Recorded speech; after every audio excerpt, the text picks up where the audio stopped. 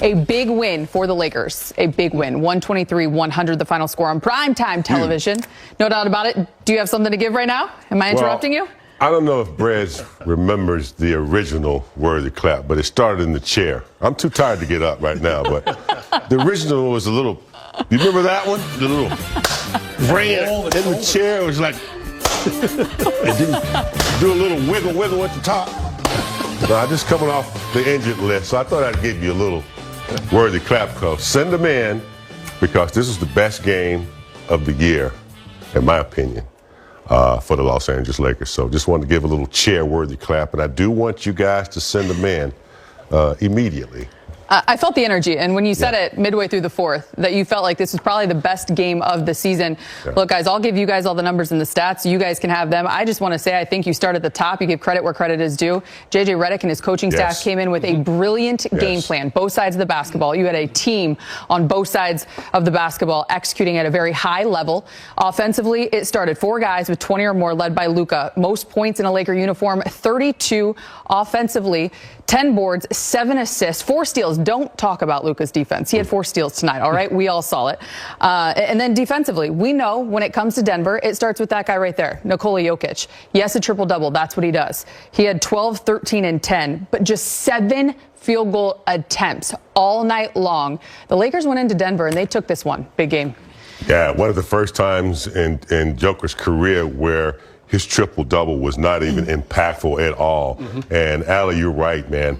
The coaching staff, the plan that they put together for this team going into Denver, the toughest schedule coming up, starting with Denver in the altitude. It started with that defense. Irritating Joker early. I thought Rui did a good job. Just get it in his way before he gets to his sweet spots, bumping a little bit, making him react first. I thought that irritated him. And then came in with Vanderbilt, and Smith came in doing the same thing. Joker never had the ball where there was 2 or 3 people around him at all times. And the weak side defense was amazing, too. Forced a lot of turnovers. I just thought this was a well-played game, a well-coached game, and very scrappy. Best game of the year. Murray not really a factor. I just was really impressed with this game. It's one of the best games I've seen in a long time from this team. Worthy of the sit-down, worthy clap. That's all I had. No doubt about it. Hey, you missed the last 2 games. You weren't feeling well. Just glad to have you here and giving the worthy clap. And, James, I'm with you 100%. This is such an important win for this team. Okay, when all the dust settled, Allie, on all the trades the Lakers made or didn't make, one question for me remained. Who's going to play defense against the important bigs in the league? Jokic, probably number 1 on that list. He played 35 minutes. He made 2 shots. And James is absolutely right. It was defense by committee. You had Rui sometimes. Sometimes you had Vando, just kind of annoying him, kind of buzzing around him. And Jokic was bothered. He was absolutely not himself tonight. This is a huge win for the Lakers. And also on offense, the Luka-LeBron combo with Austin Reeves, the 3rd star of the Lakers. I mean, oof. I mean, you might not need defense at all with those 3 guys playing the way they did tonight.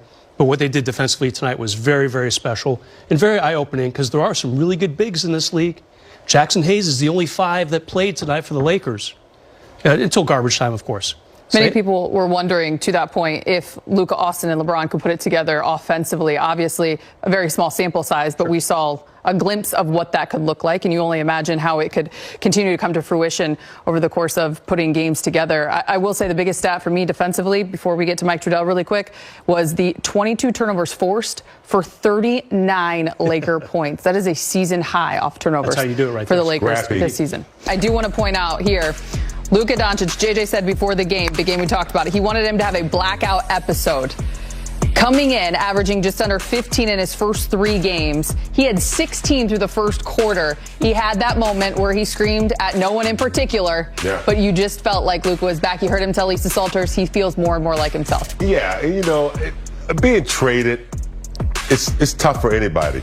But Luka, a mega star, unexpectedly being traded, it took a little time for him to adjust. And you're coming to LeBron's team, you have to took his time. But LeBron said, do your thing.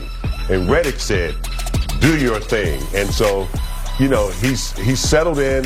These shots right here are what we're accustomed to seeing. Those deep threes and then a little snarl.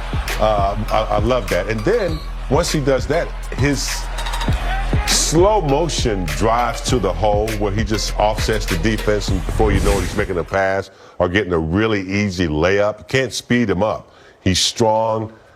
He knows how to play off the body. And I think he's finally settling in with this team, knowing their tendencies, the lob to LeBron, the lob to Hayes, you know, the passes out to the corner to Reeves and things like that. He's getting very comfortable with this team, and it's only going to get better for him, in my opinion. And for the Lakers and Luka to do this in a place that's been a haunted house for them. I mean, Ball Arena has been so unkind to the Lakers over the years. We talked about it a lot in the pregame show, Allie. For them to go in there and dominate. I mean, fans streaming for the exits with 4 minutes left. You know, sad shots of Jamal Murray on the bench, kind of like, what just happened out there? Things you're not accustomed to seeing if you're a Laker fan and you're playing the Denver Nuggets. And this team has been so good lately. They were ninth in the West in December, slowly ascended to second in the West. They won 9 in a row until tonight. This is just huge for the Lakers. Look, we're still only in February. You know, we're still a couple months from the playoffs. But this is a win they can go back on and say, in case they play them in the playoffs, we absolutely housed them in that February game. And also, one other thing, James, Lakers got a tough schedule coming up.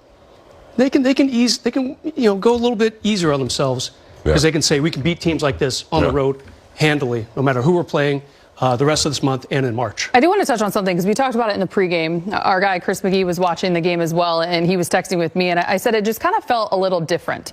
And then we were having conversations with B More as well. Everyone knows the story between these two teams over the last several years, right? Denver's had their number; they've won 13 of the last 14. You mentioned coming in, Denver's won 9 straight. But when you looked at this matchup, it just felt different, and I think it goes back to just how strategic every possession felt, kind of like a playoff feel, not necessarily from an atmosphere and intensity. We're here in the month of February, but from a strategic standpoint. And we talked about a big game because you've got 3 visionaries, 3 of the most greatest dynamic players and playmakers on the floor in Luka Doncic, LeBron James, and Nikola Jokic.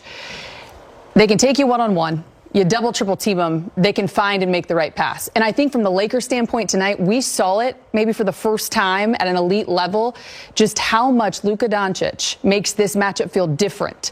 And when he and LeBron are on the floor and they draw those doubles, they're going to find the open man. And I think at a very high level, the Lakers executed that in the second half especially. We pay so much attention to how talented they are that we forget the IQ that they have on the basketball court and their vision, and what they're looking for, and how they can be ahead of plays before it even happens. That's what I love about both Luka and LeBron. Luka surveys the floor.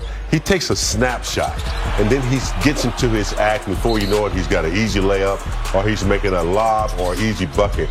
So you have 2 intelligent ball players on the floor who can enhance everybody around them.